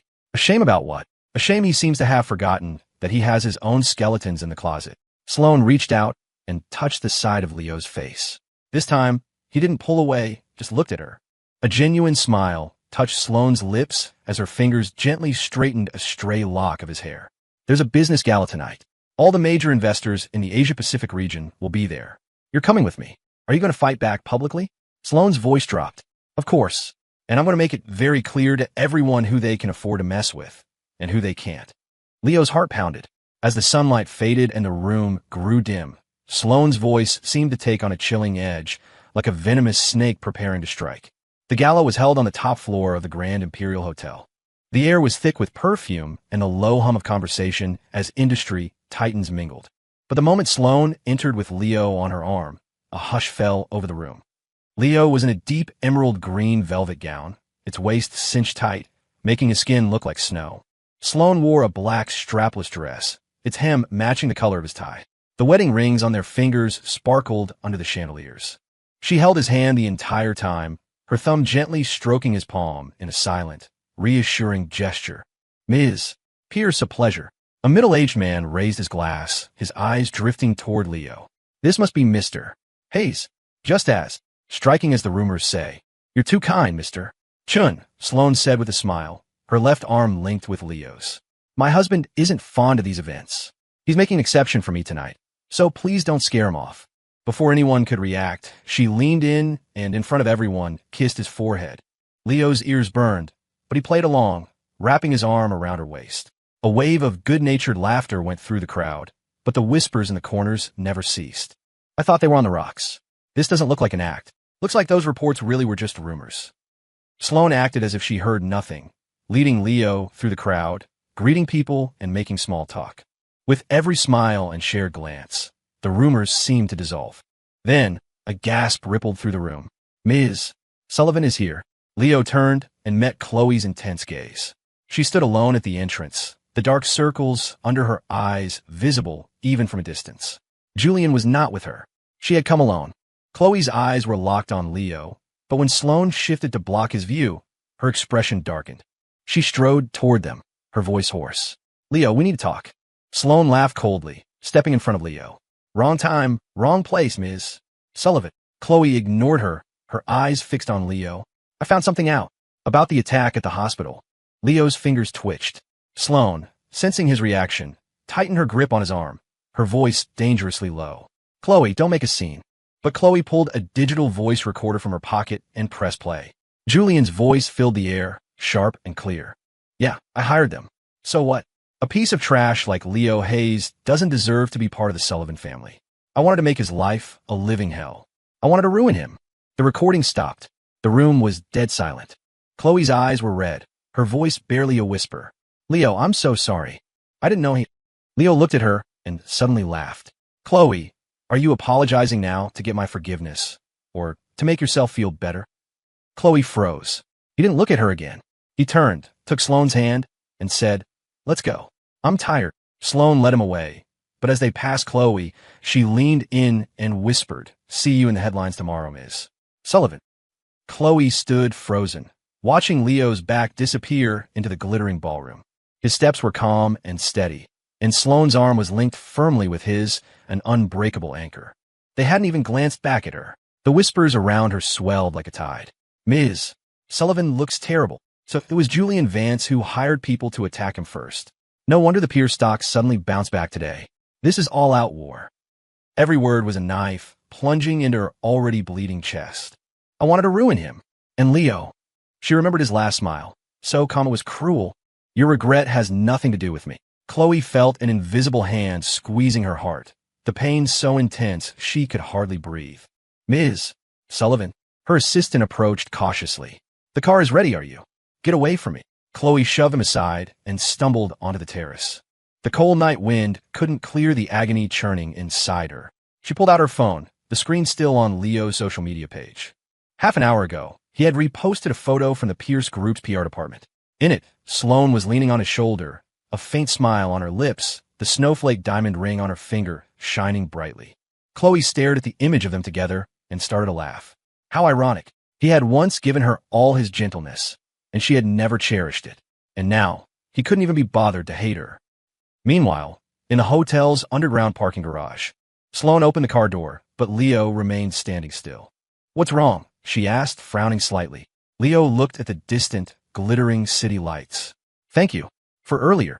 Sloane's frown eased. She leaned against the car door, tilting her head. For what? For not attacking Chloe on the spot. Leo turned to look at her, a flicker of light in his eyes. I know you're holding back. Sloane scoffed, then reached out, her hand closing around the back of his neck, pulling him closer. Leo Hayes, she said, her voice a little hoarse. You need to remember something. I held back, but not for her. It was because... Her thumb finally brushed against his cool cheek, her tone uncharacteristically serious. I want you to be the one to end it. Leo's breath hitched. The wind swirled through the garage, lifting the hair at his temples. Sloane's gaze fell to his lips, but in the end, she just opened the car door for him. Let's go home. Hashtag, hashtag, hashtag. He had only meant to bring her a cup of coffee. Sloane had been working late every night, and he was worried about her. He brewed a cup of her favorite Blue Mountain coffee himself. But as he approached her study, he heard low voices from inside. He was about to turn and leave when he heard an unexpected name.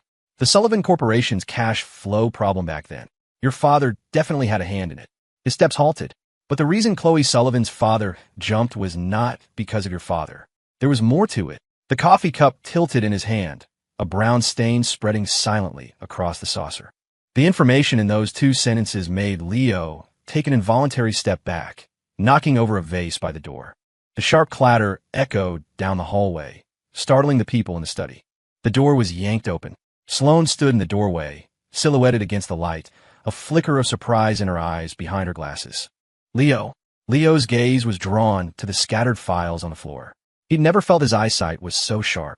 They were detailed investigation reports on the Sullivan bankruptcy from 7 years ago, each page stamped with a red confidential seal.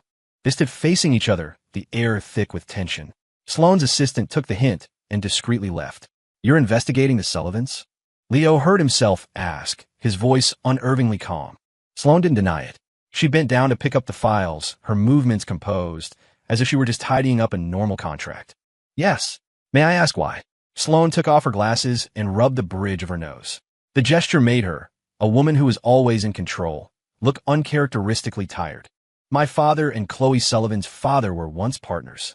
She walked to the window with the files, her back to him, her voice low. 30 years ago, they founded an investment firm together. Later, the Sullivan family forged evidence to frame my father and send him to prison so they could take over the market. Leo stood silently, his breathing growing shallow. We had gathered enough evidence for an appeal, but he had a sudden heart attack in prison. He never made it. Sloane turned around, her eyes frighteningly calm. I was 12. Leo looked into her calm eyes and suddenly remembered the oppressive portraits in the Pierce mansion, the cold glint in her grandfather's eyes, and the way Sloane herself would occasionally let slip a deep-seated hostility towards the Sullivan family. So that was it. Everything made sense now. So, Leo heard his own voice tremble. So you only got close to me to get revenge on Chloe? Sloane didn't answer immediately. She walked toward him, reaching out to touch his face, but when she saw him instinctively flinch, her hand stopped in midair.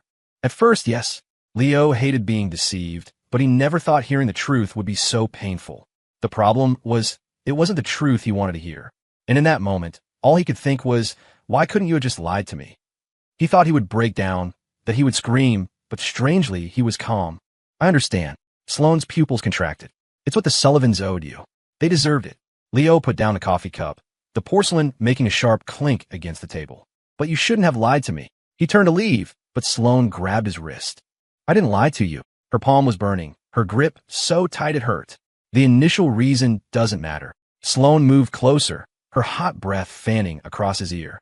What matters is now. Her other hand moved to the back of his neck, forcing him to meet her gaze. Now, I truly want to spend the rest of my life with you. Leo looked into the dark, churning sea of her eyes, and suddenly smiled. Sloane, do you know what I hate most? He pried her fingers off, one by one. It's people like you, who always hide their true feelings behind a wall of calculations. Hashtag, hashtag, hashtag. It had been 2 weeks since he moved out of the Pierce estate. Sloane hadn't tried to stop him, but every day, like clockwork, she had a bouquet of white roses delivered to him. The attached card always had the same simple sentence. It's sunny today. Can you forgive me yet? He always put the flowers in a vase in his office, but he never replied. Mr. Hayes, the department heads are all here. His assistant's quiet reminder pulled him from his thoughts. Leo turned and walked into the conference room. The executives of the Pierce Group watched him with varied expressions. This new master of the house had been parachuted into the management team, already a source of gossip. The recent rumors of his marital problems only fueled the ambitions of these old sharks. Let's begin. Leo ignored them, opening his file. His voice was calm. Regarding the accounting issue at the Southeast Asia branch, I need an explanation from the finance department. The CFO wiped sweat from his brow. Well, it might be a system entry delay. A delay?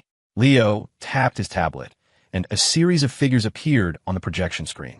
For the past 3 years, a $2 million payment has been delayed in arriving on the 15th of every month, only to be delayed in being transferred out before the end of the month. What do they call that in an audit again? He looked up, a small smile on his lips. They call it embezzlement. The room fell silent. That night, Sloane's private number, which she rarely used, called him. Leo stared at the screen for 3 seconds before answering. Mr. Hayes, quite the power move. Her voice was laced with a smile. It only took you 1 day to root out a parasite the finance department has been feeding for 10 years. Leo leaned back on his sofa, his tone flat. According to our agreement, I am obligated to assist you with corporate matters. Besides, you wanted to get rid of them for a long time. There was a moment of silence on the other end. Just the agreement? He didn't answer. Sloane suddenly laughed softly. There's a charity auction tomorrow. I need you to be there. The agreement doesn't include playing pretend with you. It's not pretend. Her voice turned serious. My grandfather is watching closely.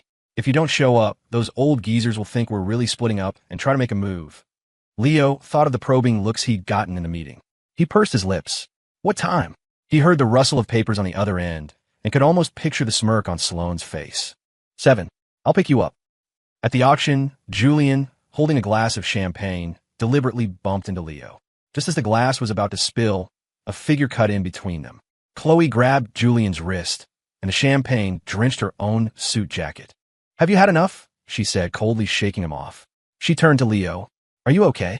Leo took a step back, right into the arms of Sloane, who had just arrived. Thank you, Ms. Sullivan. Sloane steadied him, her smile not reaching her eyes. But I'll protect my husband myself. No need to trouble you. Chloe stared at their joined hands, her voice low. Leo, I need to talk. We have nothing to talk about. Leo interrupted, his voice soft but firm. Chloe, stop doing these pointless things. He took Sloane's hand and led her away, not seeing the color drain from Chloe's face. In the car on the way back, Sloane suddenly spoke. You called her Chloe. Leo looked out the window, confused. You used to call her Ms. Sullivan, to keep your distance. But today was different. It means you're really starting to let her go. Her fingers tapped lightly on the steering wheel. Leo finally turned to look at her. You seem to be good at analyzing people, Sloane. Only you. The streetlights cast fleeting shadows across her sharp profile. Leo suddenly realized that, at some point, the calculating woman he'd met no longer looked at him through a mask. Just like now, her knuckles were white on the steering wheel, betraying the tension beneath her calm exterior. Just take me back to my apartment. Sloane's jaw tightened. Okay. When the car stopped in front of his building, Leo didn't get out right away. I'll organize the documents for Monday's board meeting and send them to you tomorrow night, he said. Sloane froze. Then it dawned on her. Those documents were all in her study at the estate.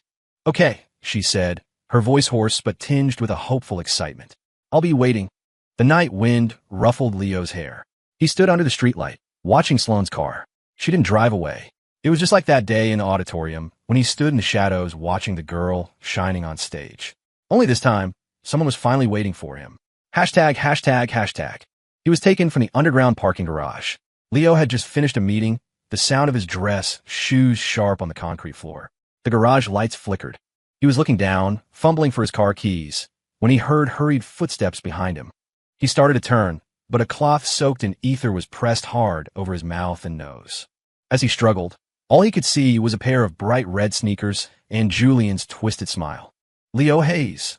No, the husband of Sloane Pierce. A voice hissed, like a snake. Let's play a game.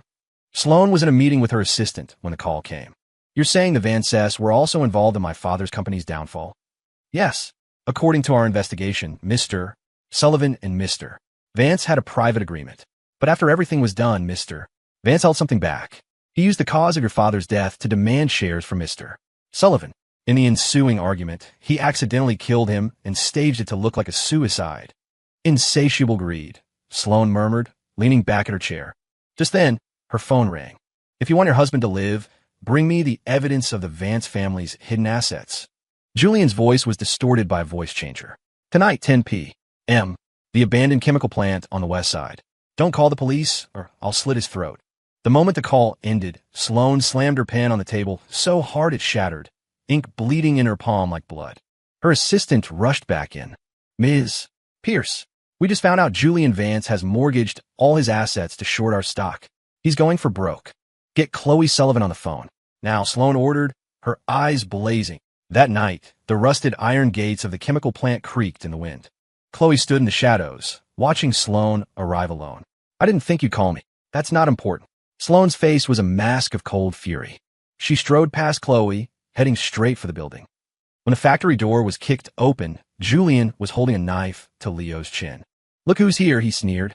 Your wife and your ex-fiancé. Sloane's eyes were locked on Leo. Only after confirming he wasn't seriously hurt did she speak. Let him go. I have what you want. She held up a silver USB drive. But Chloe suddenly stepped forward. Julian, I have evidence that your father was involved in embezzling from my family's company. Julian's face twisted in fury. Chaos erupted. Julian screamed and lunged at Leo with a knife. Chloe threw herself in front of him. The sound of the blade sinking into flesh was sickeningly clear. Leo watched as Chloe crumpled before him, blood pouring from her abdomen, staining his sleeves. Leo, she gasped, reaching for his face, but her hand fell limply to her side. Sloane's bodyguards quickly subdued Julian. Sloane herself rushed to Leo, wrapping him in her coat, holding his trembling body. It's okay, she murmured, kissing the top of his head over and over. It's okay, I'm here. But Leo couldn't look away from Chloe. Her blood was so red as the sunset on the day she had first kissed him 7 years ago. Under the harsh white lights of the hospital hallway, Sloane pressed a cup of hot tea into Leo's cold hands. The doctor said she's out of danger, she said softly. You should rest. I'll stay here. Leo shook his head. I want to wait until she wakes up. Sloane was silent for a moment. Then she knelt before him, looking up into his face. Leo Hayes, look at me. He stared at her, dazed. I admit, I approached you at first to get revenge on the Sullivans. She gripped his hands, her hold so tight it was almost painful. But now, I would rather it was me lying in that bed than watch you shed a single tear for her. Sloane Pierce, the woman who lived by logic and calculation, was saying something so utterly irrational. Leo's tears finally fell, splashing onto their joined hands. A nurse hurried over. Ms. Sullivan is awake. She's asking to see Mr. Hayes. In the hospital room, Chloe's face was paler than the sheets. She motioned for the nurse to get a black notebook from the nightstand and hand it to Leo. I was going to take this to my grave, she said with a weak smile. Leo opened it. His eyes began to burn. July 16th. Rain. Leo stayed up late again tonight, organizing files for me. He put 2 sugars in my coffee. He always remembers. I think. I'm starting to get addicted to this warmth. September 28th. Sunny. Julian is back. I thought my heart would race, but when I look at him, all I see is Leo's face. The last entry was from the day they broke up. I lost him. Tears blurred his vision. Leo gently closed the diary. It's all in the past, he said to Chloe, his voice gentle but resolute. I'm grateful you saved my life, but We can't go back. Chloe closed her eyes, tears sliding from their corners. I know. She was finally letting him go, and in doing so, letting herself go too. Outside the room, Sloane leaned against the wall, an unlit cigarette in her hand. When Leo walked out, she immediately dropped it and opened her arms. He fell into her embrace, his voice choked. Take me home, he said. Sloane held him tight, as if trying to merge him into her very bones. Okay. ####, sign it. Her voice was calm, but the dark circles under her eyes betrayed days of sleepless nights. Leo opened the file. His fingers paused. It was a transfer agreement for 15% of the Sullivan Corporation shares. I can't take this, he said, closing the file and pushing it back. You're just going abroad to recover. You'll be back. Chloe smiled, a familiar stubbornness in her eyes. Consider it my atonement. Outside, a plane streaked across the sky, leaving a long white trail. Leo finally signed the document, but changed the beneficiary to the Pierce Family Charitable Foundation. I don't need compensation, he said, looking up at her. Chloe, we both need to move on. She stared at him for a long moment, then reached out and gently touched the wedding ring on his finger. Does she treat you well? Leo looked out the window. Sloane was leaning against her car, waiting for him, holding a paper bag from his favorite bakery. The sunlight on her shoulders was impossibly soft. Very well, he said quietly. Chloe pulled her hand back and picked up her carry-on. That's all that matters. She walked toward the security gate, her back straight and proud, just like the girl who had stood in the spotlight of the auditorium when they first met. Julian stood on the steps of the courthouse, listening to the judge declare him guilty of kidnapping, and suddenly burst out laughing. His once perfectly styled hair was a matted mess, his lips cracked and dry, but his eyes were fixed on Leo and Sloane standing together nearby. You think you've won? He shrieked. Leo Hayes, what right does a piece of trash like you have to be happy? A bailiff grabbed his struggling shoulders. Realizing his fate, Julian found a burst of manic strength. He broke free and sprinted toward a running car parked at the curb. The engine roared. No one had time to react, except for Sloane. She shoved Leo out of the way, taking the full impact of the car herself. The world slowed down for Leo.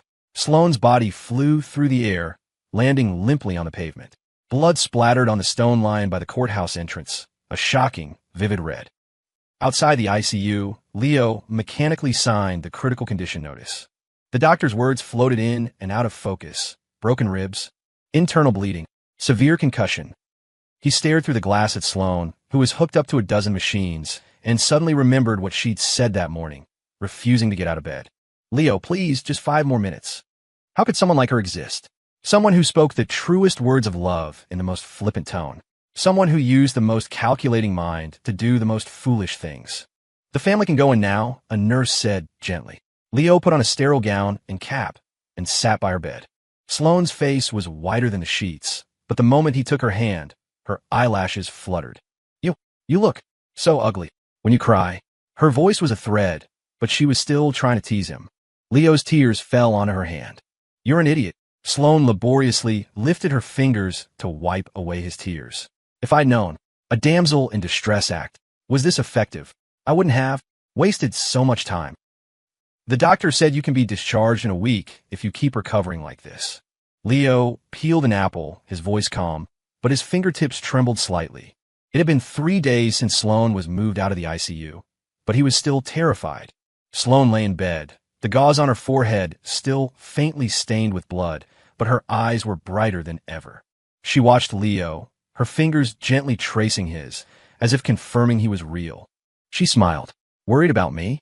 Leo looked up, his eyes clear and steady, reflecting the sunlight from the window. Sloane, I have something to tell you. She stilled, her playful expression softening as she waited. I'm willing to believe in your love, he said softly. I hope you won't let me down. Sloane's breath caught, her heart seizing. She squeezed his fingers, her voice low and husky. Leo Hayes, I wish I'd met you sooner. ####. She was wearing a stunning, form-fitting wedding gown, her hair and makeup perfect, but the smile in her eyes was hotter than the sun. When the officiant read the vows, Sloane stared into his eyes and said, word for word, Leo Hayes, I'm not a person who says forever, but I'm making an exception today. I, Sloane Pierce, will love only you for the rest of my life. Leo smiled, but a tear slid down his cheek. You have to keep your word, Mrs. Pierce. Of course, she said, leaning down to kiss him with solemn promise. Cross my heart. After the wedding, the butler handed him a letter. Leo opened it. Inside was a single, brief line, "I'm sorry. I wish you happiness." It was signed by Chloe. Sloane wrapped her arms around him from behind, her chin resting on his shoulder. "Are you going to write back?"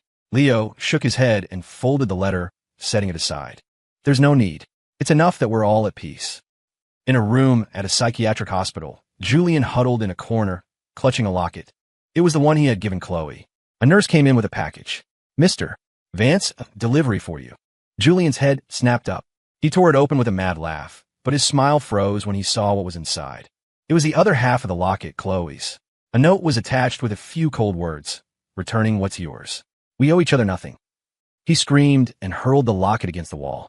The sound of it shattering was sharp and final. "Chloe Sullivan. Leo Hayes. I hope you both rot in hell." His screams echoed down the empty hallway, unheard and unanswered. 1 year later, at the Pierce estate, Sloane was kneeling in the garden, carefully guiding Leo's hand so he could touch a newly bloomed rose. "Easy, don't prick yourself," she said, her brow furrowed as if facing a major crisis. Leo laughed. "Sloane, you're spoiling me." "Doesn't matter." She sniffed, then turned to the head gardener. "Replace all these roses with lavender. Fewer thorns." Leo shook his head in amusement. Ever since he'd caught a bad fever, Sloane had completely transformed from the rebellious heiress to this. Company meetings were held online if possible. All social events were delegated to her vice president, and she was home every day for dinner. She'd even learned to make soup. One night, Sloane couldn't sleep and was just stroking his hair. Leo opened his eyes, which reflected the soft moonlight. "Did I wake you?" She reached out and caressed his face. "Leo Hayes. I'm so happy." She paused, then leaned down and kissed him, her voice melting into the night. "Me too." The end.